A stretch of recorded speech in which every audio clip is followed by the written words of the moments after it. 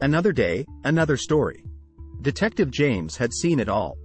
The gruesome murders, the tearful interviews, the clueless suspects. But this particular case was different. The victim was a young woman in her mid-20s, with no apparent enemies, no criminal record, and no history of drug abuse. Yet, she had been brutally stabbed to death in her own apartment, and the killer had left no clues. James and his team had been working around the clock for days, interviewing witnesses, poring over surveillance footage, and analyzing DNA samples. But they had come up empty-handed every time. It was as if the killer had vanished into thin air. Then, a break in the case. A witness had reported seeing a suspicious person lurking around the victim's apartment on the night of the murder. The witness was able to provide a description of the suspect, and James and his team sprang into action.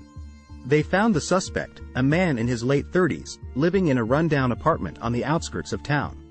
He had a criminal record, including a few violent offenses, but nothing that connected him to the murder.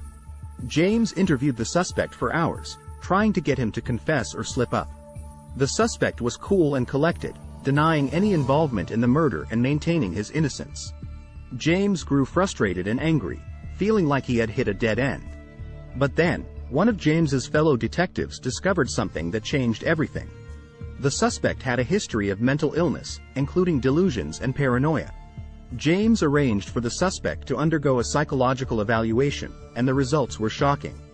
The suspect had a personality disorder that caused him to become fixated on the victim, seeing her as the embodiment of all his personal failures and inadequacies.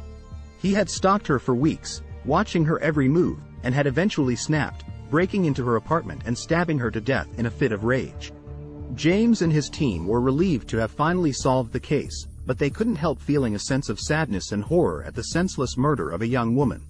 They knew that this was just one of many cases they would face in their careers, but they hoped that their work would help bring closure to the victim's family and bring justice to the guilty party.